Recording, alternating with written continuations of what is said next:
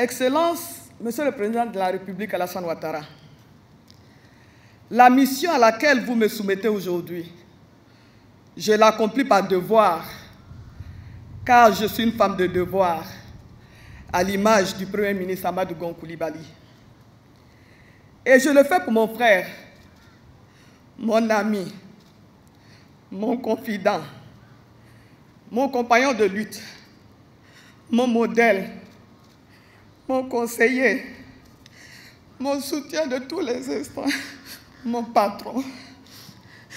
J'aurais tant voulu faire cette intervention à l'occasion de l'investiture de notre bien-aimé Amadou Gon Coulibaly en tant que président de la République de Côte d'Ivoire après son élection le 31 octobre 2020. J'aurais tout donné pour que le président de la République me donne cette opportunité. Il m'aurait plu de prendre la parole à cette occasion pour rendre un vibrant hommage à l'homme d'exception qu'est Amadou Gon Coulibaly et dire notre confiance entière dans les qualités du grand président qu'il aurait été pour notre pays. Malheureusement, j'en suis là à faire ce témoignage sur l'homme et sur son parcours. Je suis tenu à mon corps défendant de parler de Amadou Gon Coulibaly au passé.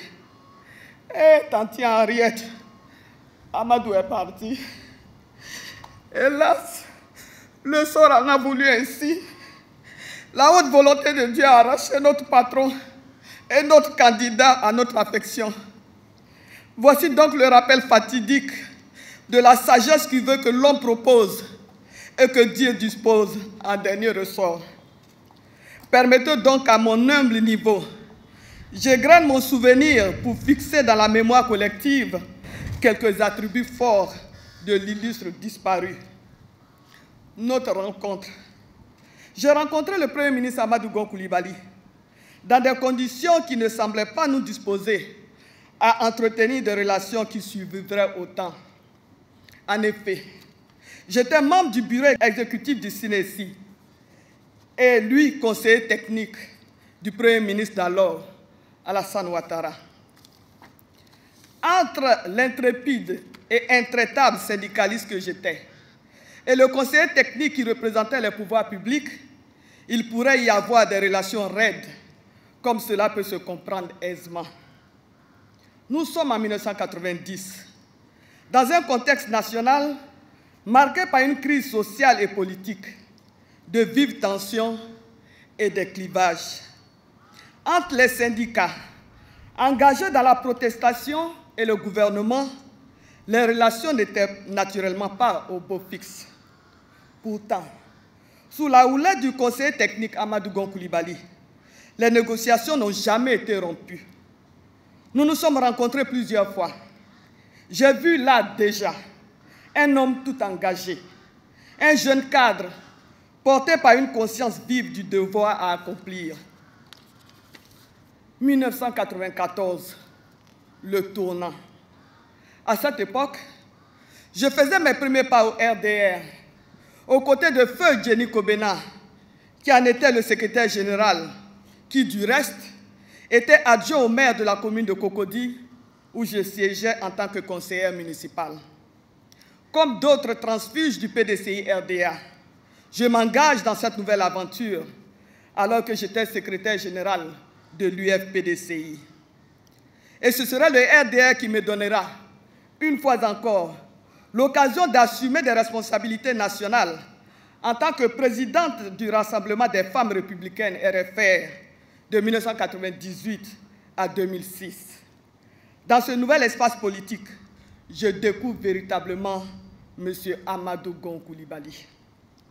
Je le retrouve, certes, après nos premiers contacts qui dataient de 4 ans, mais sur la scène politique, il prenait une autre dimension. Ce n'était plus le fonctionnaire réservé, bien que méthodique. C'était désormais un leader jeune et vigoureux, un responsable qui faisait office de boussole déjà. Dans cette nouvelle ère politique, nous savions parfaitement les défis du moment et du futur. Nous avons tout de suite perçu le rôle du lion comment pourrais-je résumer mes sentiments à son égard à cette période-là? Il s'est révélé à moi-même, ainsi qu'à l'ensemble de nos compagnons, comme le leader qu'il a toujours été. Il avait la conviction de son engagement, l'endurance pour porter la cause. Il avait une énergie particulière pour défendre les aspirations justes, celle d'une Côte d'Ivoire consacrant l'égalité pour tous, l'état de droit et le respect des différences. Il ne nous fallait pas mieux pour reconnaître en lui un des porte-flambeaux de notre combat contre l'arbitraire, dont l'ivoirité était malheureusement le visage institutionnel. Personnellement, je me suis senti en sécurité sous la houlette de Amadou Gon Coulibaly, parce que sa probité morale et sa droiture inspiraient confiance et assurance. 1999, le lion prend toute sa place. Dans la foulée, le RDR organise une grande marche de protestation, au cours de laquelle le secrétaire général délégué, Amadou Gon Coulibaly, ferait un discours resté célèbre dans les annales politiques de la Côte d'Ivoire. Avec la verve que l'on lui connaissait, il a mis à nu les incohérences et les insuffisances du pouvoir d'alors. À la suite de ce message mémorable, il subit le courroux des gouvernants d'alors. Le couperet se fera sans appel. La levée de son immunité parlementaire, l'homme resta stoïque. La logique de son arrestation en 1999 était ainsi lancée. Justement, cette année-là, les hommes du pouvoir arrêtent le professeur Henriette Dagri-Diabaté suite à un procès inique. Le jeune Amadou Gon va poser alors un acte héroïque qui constituera assurément la substance morale de sa notoriété au sein du parti et dans le pays. En effet, suite à l'arrestation de toute la direction du parti, il se constitue prisonnier de plein gré. C'est un acte de majesté, comme celui de l'Almami Samori Touré, lorsque sa mère fut faite prisonnière, alors qu'il n'avait que 7 ans. Le professeur Henriette Dagri-Diabaté n'était-elle pas la mère du RDR et celle d'Amadou Gon Coulibaly? Excellences, Monsieur le Président de la République, Mesdames et Messieurs, honorables invités, justement, comment l'appellation de lion est-elle arrivée? Le 19 octobre 1998, le RDR perd son secrétaire général, le fama national, le poète politique Jenny Kobena. Le RDR est dans l'impasse totale. Qui pouvait égaler, en tant que tribun, ce ronsard de la politique ivoirienne? Nous étions sans voix, comme c'est le cas aujourd'hui. La direction du RDR, chapeautée alors par le professeur Henriette Dagri-Diabaté, organise un meeting à la place Pigayo de Yopougon. La parole revient à Amadou Gon Coulibaly, secrétaire général délégué du parti. Il prend la parole, harangue la foule avec une telle verve, un tel engagement, une telle force dans la voix, que spontanément, comme s'il s'était passé le mot, les 20 000 militants du RDR, présents sur la place, scandèrent à l'unisson « Le lion, le lion, le lion ». Le jeune lion, Amadou Gon Coulibaly, était ainsi né, faisant trembler de par sa fougue adversaires et partisans. Cet acte sera fondateur d'une carrière exceptionnelle au sein de notre famille politique. Un brillant parcours politique et administratif. Le parcours politique de notre regretté Amadou Gon Coulibaly est fulgurant et exemplaire. Il commence officiellement en 1994 avec la création du RDR, où il était l'œil du Premier ministre Alassane Ouattara, directeur général adjoint du Fonds monétaire international. Après la convention de 1996 à Bouaké, il est nommé secrétaire national chargé de l'économie nationale. Après la disparition du secrétaire général Jenny Kobena, Amadou Gon Coulibaly est nommé après le congrès extraordinaire de 1999 secrétaire général délégué auprès de la nouvelle secrétaire générale Henriette Dagri-Diabaté. Des secrétaires généraux adjoints sont nommés à des fonctions précises. J'ai moi-même eu l'honneur d'occuper celle de secrétaire général adjointe chargé de l'animation, de la formation et de la solidarité. Dans sa carrière politique, malgré les difficultés, les lauriers viendront pour lui avec les moments de gloire. Pour ma part, je puis m'honorer d'avoir connu, avec ce prestigieux responsable, des moments de vive symbiose. Par exemple, nous avons été nommés ensemble à de hautes responsabilités au RDR par le président Alassane Ouattara, président du RDR, précisément le 10 septembre 2017, lui en tant que premier vice-président et moi en qualité de secrétaire général. Cette promotion consacrait une sorte d'apothéose pour lui, après des victoires personnelles importantes dans son fief de Korogo. Je préciserai à ce propos qu'il a été élu député en 1995 et maire de la commune de Korogo de 2011 à 2018. Sur la scène nationale, le Lion est devenu une personnalité de premier plan, perçu par tous comme un fidèle parmi les plus fidèles au président Ouattara. Ainsi, après Marcoussi, il deviendra ministre d'État, ministre de l'Agriculture et du Développement rural pour le compte du RDR dans le gouvernement d'Union nationale de 2003. Présent au gouvernement pendant 7 ans, Amadou Gon Coulibaly exécute ainsi les premiers pas de son brillant destin national. En 2010, il assume la lourde tâche de directeur national de campagne du candidat du RDR, Alassane Ouattara. Jusqu'au bout, nous n'avons cessé de l'appeler affectueusement DNC. De 2011 à 2017, après sa fonction précédente dans le gouvernement d'Union nationale, c'est la présidente de la République qui l'accueille au poste de secrétaire général de la présidence de la République. Enfin, de janvier 2017 au jour du séisme de ce 8 juillet 2020, il assuma avec brio les fonctions de Premier ministre, chef du gouvernement, ministre du budget et du portefeuille de l'État, sans oublier qu'il occupa le poste de président du directoire du RHDP depuis 2019. Quel cheminement, quelle compétence, quelle justesse dans le combat. Ma relation privilégiée avec Amadou Gon Coulibaly, une fraternité agissante et constante.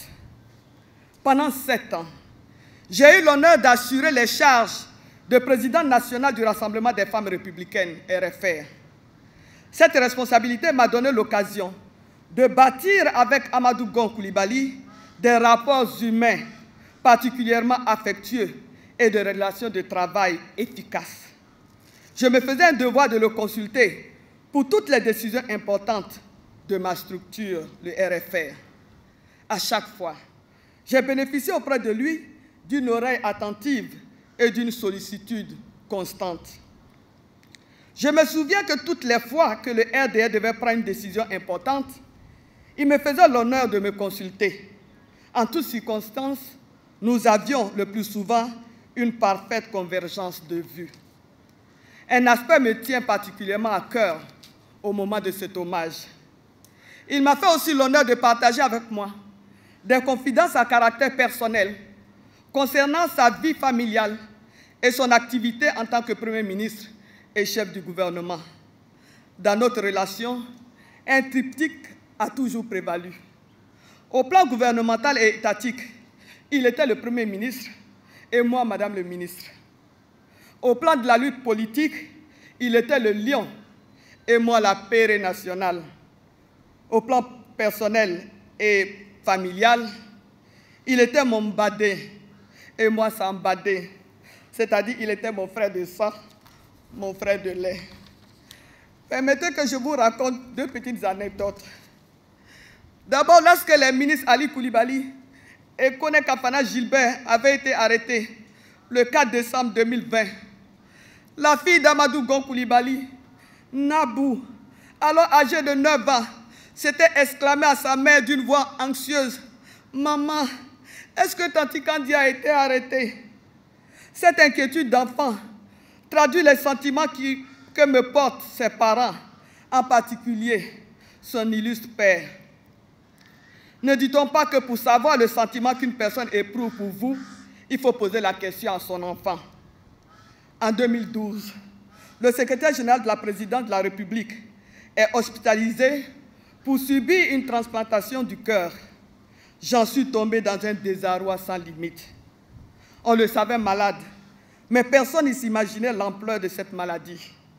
Après l'opération, à son réveil, Amadou Koulibaly s'est exclamé « Et Kandia, est-ce qu'elle va bien ?» Vous comprendrez qu'en un tel instant, un homme ne pense qu'aux personnes et aux choses qui lui tiennent particulièrement à cœur. Pendant sa convalescence, je lui rendis visite à Paris. Ce jour-là, il me fit des confidences que l'on n'oublie jamais. Ainsi, il tenait à ce que je sache certaines choses concernant les moments qu'il venait de vivre. Il put se remémorer certains aspects qu'il me confia lui-même. Dans sa famille biologique, on savait la qualité des relations que j'entretenais avec Amadou Koulibaly. Des frères comme Kone Kafwana, Petit Amadou et Amisha peuvent en témoigner. En somme, je perds un homme qui était plus qu'un patron ou un compagnon de lutte. Je perds mon frère. Dans la famille de ma aventure humaine qui nous a unis, nos relations s'intégraient dans la pure fraternité. Un autre fait qui forge le souvenir de mon cher frère. Comme vous le savez, il se rendit le 2 mai 2020 pour un contrôle médical à Paris. Quelques jours après son arrivée dans la capitale française, il m'appelle pour me rassurer et apaiser mon inquiétude. Il me charge de rassurer les autres, c'est-à-dire mes sœurs militantes du RHDP. Avec lui, je cassais les codes souvent, en prenant quelques libertés. Par exemple, quand j'estimais qu'il tirait un peu trop sur la corde avec le travail, je revêtais mes habits de sœur pour l'interpeller gentiment, mais fermement, et il m'écoutait. Quelquefois, il subissait de ma part une menace fraternelle quand il ne se résolvait pas à prendre du repos. Il savait les douces pressions dont je l'accablais, tant et si bien que depuis Paris, il m'avait fait cette promesse. Ma sœur Kandia, tu m'as toujours prévenu de faire attention. Je te promets qu'à mon retour, c'est toi qui feras mon programme de travail jusqu'aux élections. Quand je lui ai rendu visite à son domicile à son retour, en présence du ministre d'État Ahmed Bakayoko, il m'a rappelé la promesse d'établir son programme de travail. Hélas, je ne pourrai plus le faire parce que mon frère nous a quittés contre toute attente. La méthode AGC. Je terminerai à présent ce témoignage par un aspect de la personnalité du Premier ministre que tout le monde reconnaît aujourd'hui. Il s'agit évidemment de sa force de travail, de sa passion du service public et de son engagement à servir son pays. Il a été à même de traduire en actes concrets la vision économique et sociale du chef de l'État, Alassane Ouattara. En réalité, il avait fait sienne cette philosophie du président de la République en matière de progrès économique et social dans la logique du libéralisme à visage humain. Le programme présidentiel d'urgence PPU et la récente politique sociale du gouvernement PS-Gouv en sont les patentes illustrations avec ce qu'elles intègrent comme construction et réhabilitation de nombreuses infrastructures scolaires et sanitaires, recrutement massif d'enseignants et autres personnels du service public, extension du réseau électrique pour les villages de plus de 500 habitants et de l'accès à l'eau potable, surtout en zone rurale, renforcement des infrastructures économiques, notamment le réseau routier sur toute l'étendue du territoire national et construction de ponts, et j'en passe. Que dire de l'emploi des jeunes avec le programme Agir pour les jeunes en cours d'exécution? En plus d'être un gros travailleur, il était compétent, rigoureux et très structuré. Il était doté par-dessus tout d'une intelligence exceptionnelle. Dans ses fonctions de chef du gouvernement, nous avons travaillé sous l'autorité d'un homme de dossier, doté d'un esprit de synthèse hors du commun. Pendant les séances de conseil des ministres ou de gouvernement, il avait le don et le talent de mettre tout le monde d'accord sur sa force d'analyse et de synthèse. Il était effectivement notre chef, celui qui imprimait à l'action gouvernementale son rythme et sa cohérence. AGC était aussi un grand négociateur qui, par son sens du compromis, parvenait à concilier les positions les plus antagonistes. Dans le cadre du dialogue avec les partenaires sociaux et l'opposition politique, il a fait preuve d'une grande capacité d'écoute, de résilience, de compromis qui nous a permis d'obtenir des accords précieux.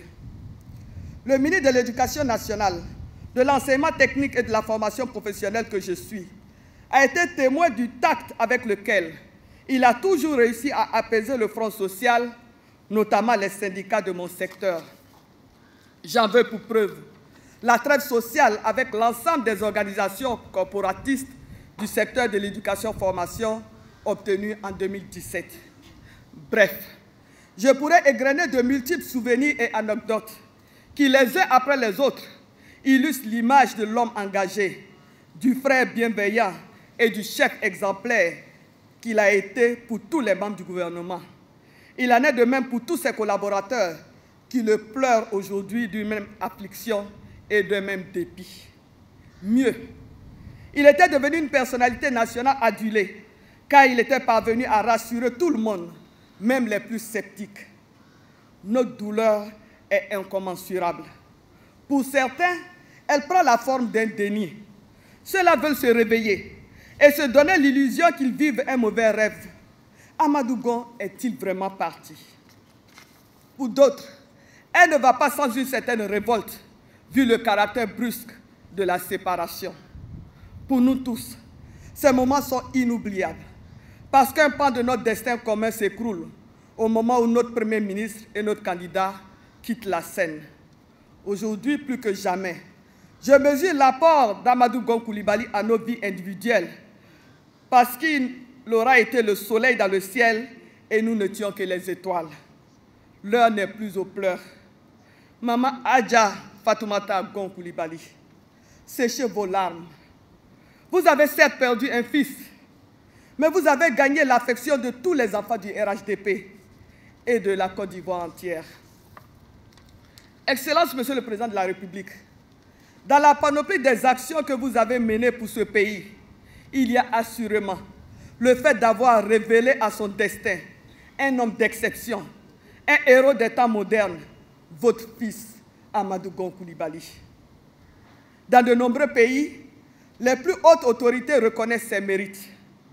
Au siège de l'ONU, le monde entier lui a rendu un hommage en mettant le drapeau des Nations Unies en berne.